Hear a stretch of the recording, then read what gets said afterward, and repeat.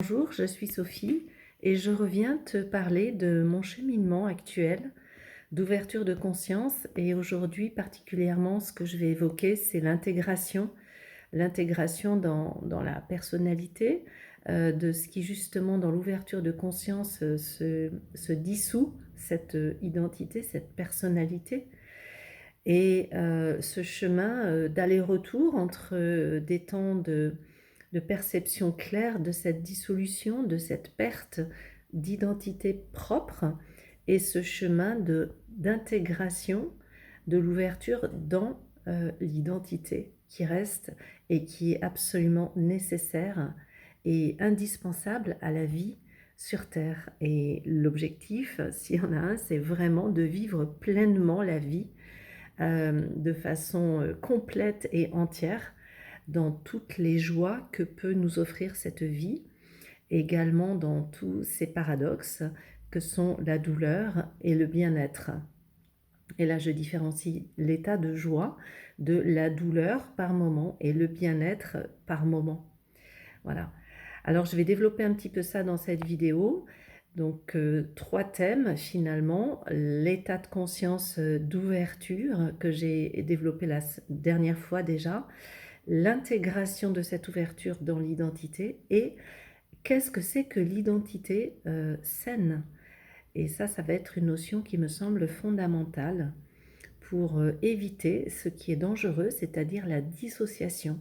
C'est l'inverse de l'intégration. Voilà, alors je vais commencer par remettre des termes clairs pour qu'on se comprenne bien.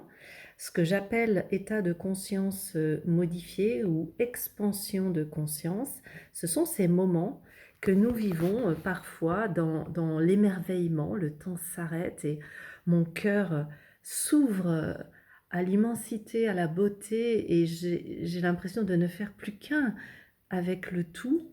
Je peux le vivre parfois dans une relation où tout d'un coup un état d'amour immense me traverse la relation et l'autre, et il y a cette sensation de ne faire plus qu'un, un amour, un grand amour qui est là et qui nous fait sentir à quel point je, tu ne sommes pas différents.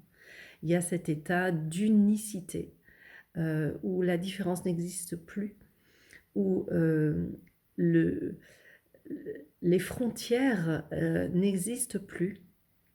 Et c'est un bain où seul le sentiment très clair, très profond, très intense d'amour, qui est un amour universel, qui est un amour totalement donnant et gratuit, existe. Voilà, ce bain d'amour. Alors cet état, on le contacte plus ou moins intensément à des moments différents de la vie.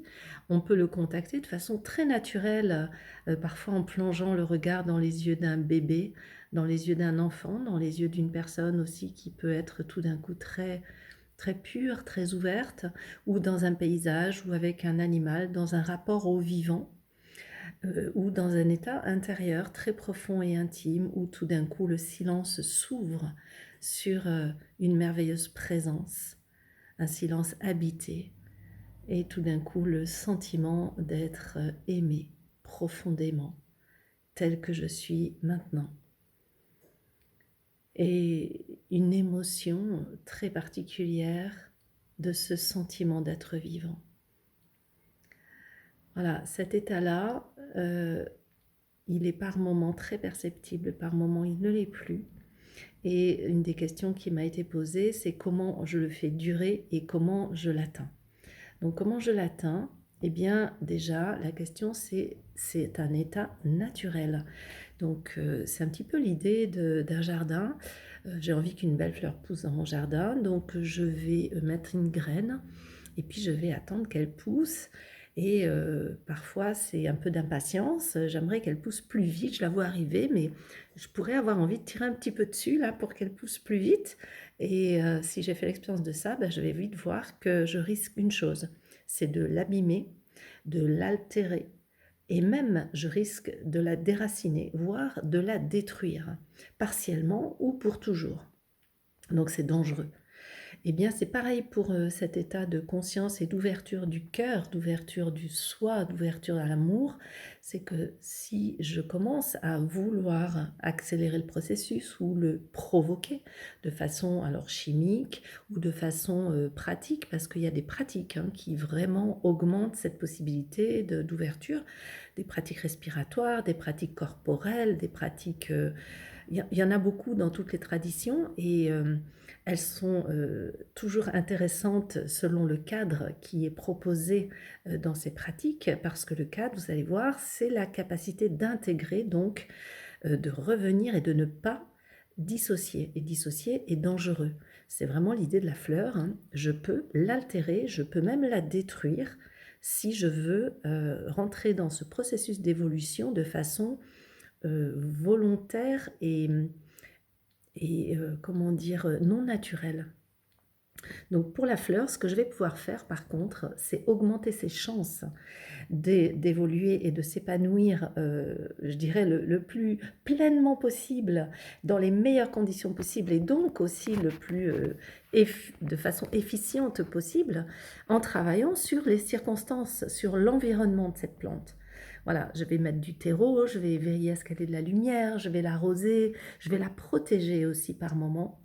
Et tout ça va favoriser son mouvement naturel. Elle ne va pas manquer de s'épanouir. Alors je suis cette fleur, tu es cette fleur. Et la volonté, si je la mets non pas au service de je veux l'éveil, je veux l'illumination, je veux, mais au service de quel est l'environnement, quelles sont les conditions qui vont tellement bien répondre à mes besoins naturels que tout en étant totalement naturel, eh bien, je ne vais pas pouvoir faire autrement que de m'ouvrir et de m'épanouir à la conscience aimante et universelle que je suis et dans laquelle je baigne. Donc cet état-là est spontané quand les circonstances sont réunies. Et je vous propose d'être attentif à ça. Les circonstances, pour nous, humains, pour moi, elles sont de deux ordres. Il y a l'identité humaine, la personnalité, l'ego, que je suis. Et ça, c'est le paradoxe, hein. Je sais que je ne le suis pas, mais en réalité, dans ce que j'appelle la réalité du monde physique, matière incarnée, eh bien si, je suis quand même identifiée, plus ou moins fortement, et même attachée à cette identité. Alors que je sais que Sophie n'existe pas en tant que Sophie, mais je sais aussi qu'il est important que je puisse réintégrer la conscience identitaire égo de Sophie pour que l'être, la lumière que je suis réellement puisse vraiment s'incorporer et rayonner à travers cet habitacle, ce vaisseau merveilleux que nous avons, qui est notre corps physique, notre corps émotionnel, notre corps affectif, notre corps psychique et autres. Voilà, donc on est dans ce paradoxe et aujourd'hui je vais vraiment vous inviter à regarder cette identité physique et matière et émotionnelle et psychologique.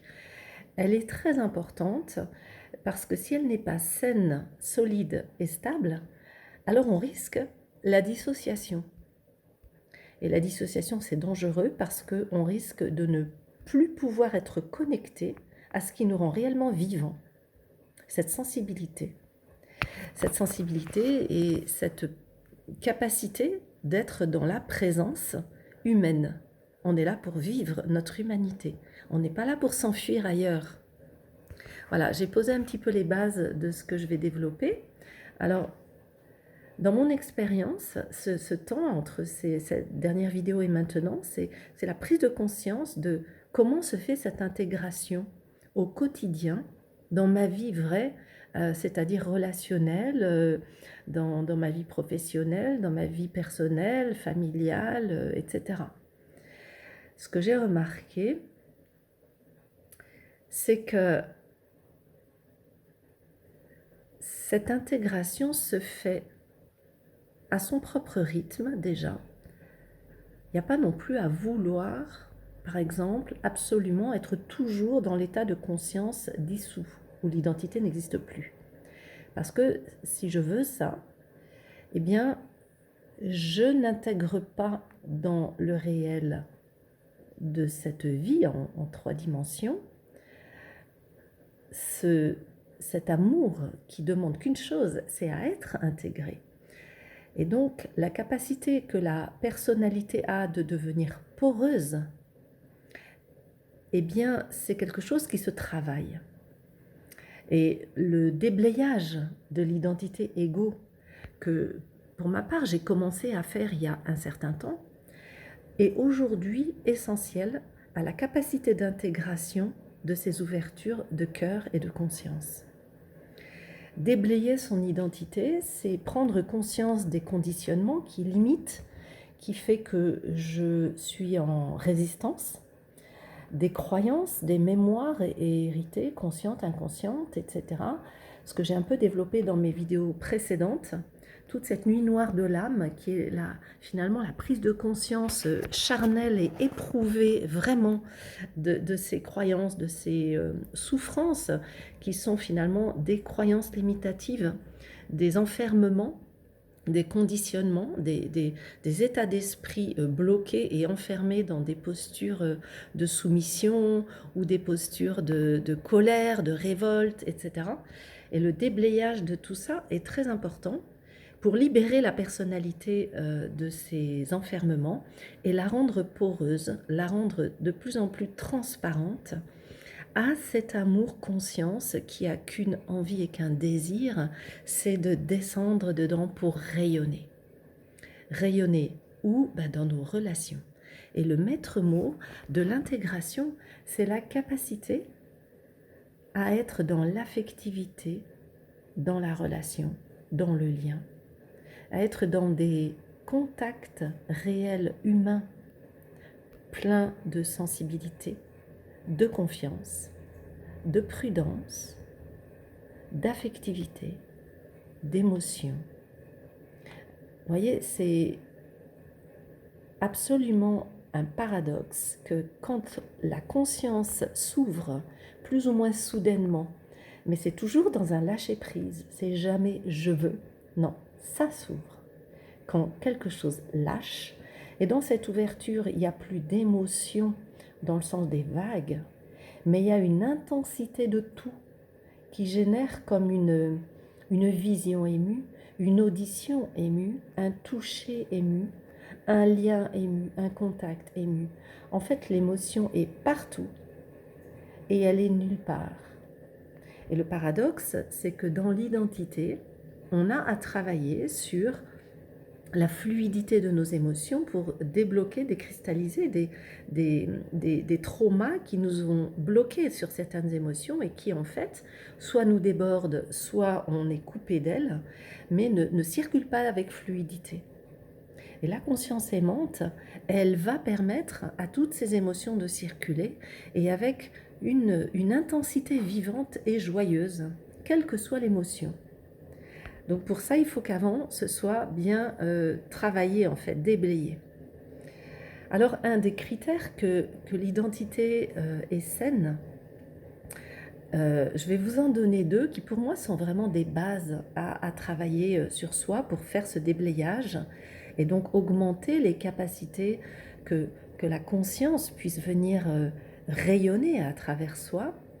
Eh bien, une des bases, c'est la question, est-ce que je suis capable dans ma vie concrète d'éloigner de moi ou de me protéger ou de me séparer de tout ce qui est toxique pour moi.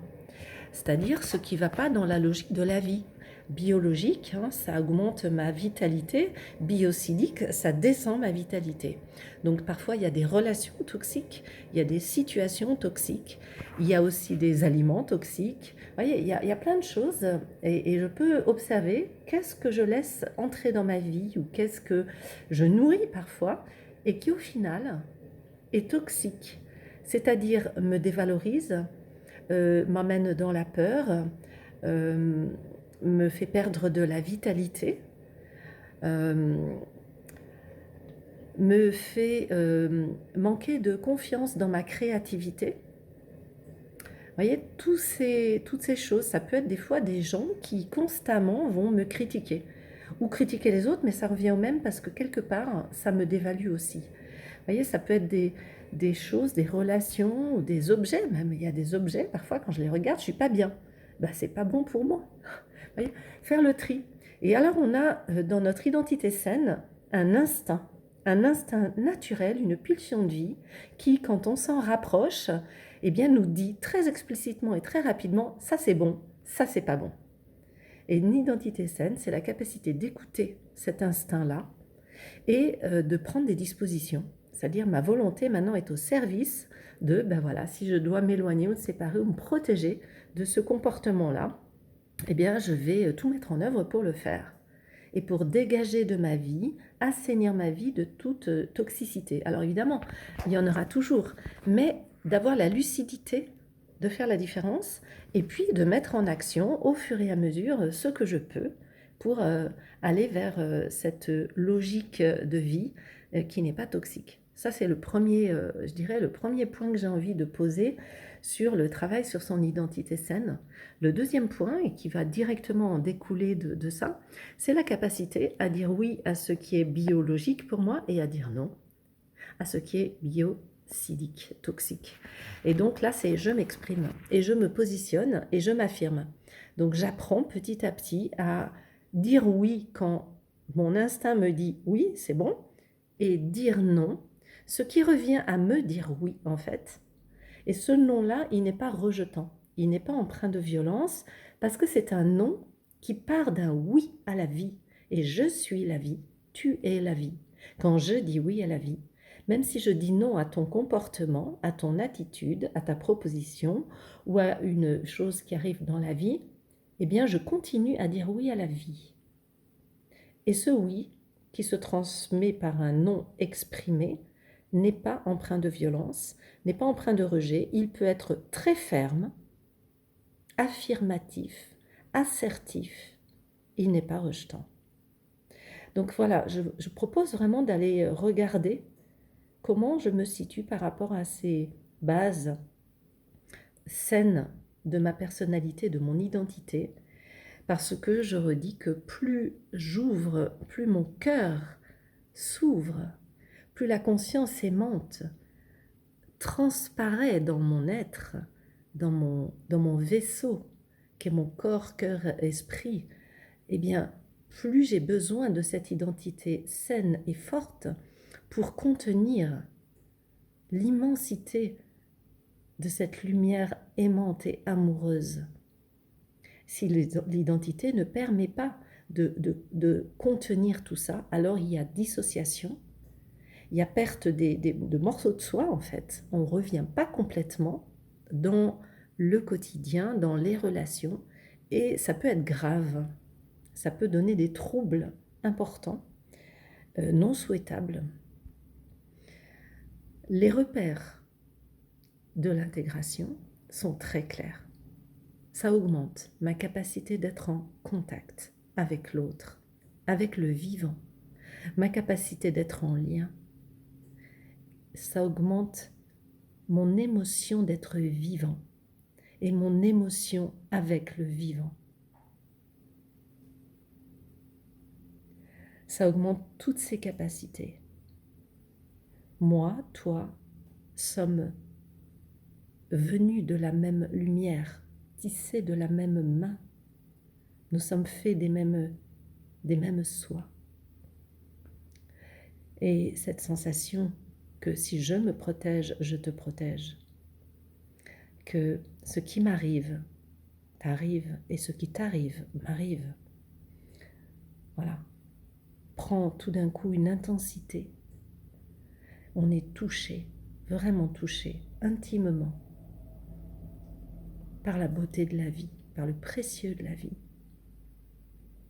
Et ça augmente une capacité à ce que nos relations soient pleines et nourries de cette affectivité qui caractérise tellement cette humanité dans sa plus belle beauté. Alors dans le cœur, à très bientôt.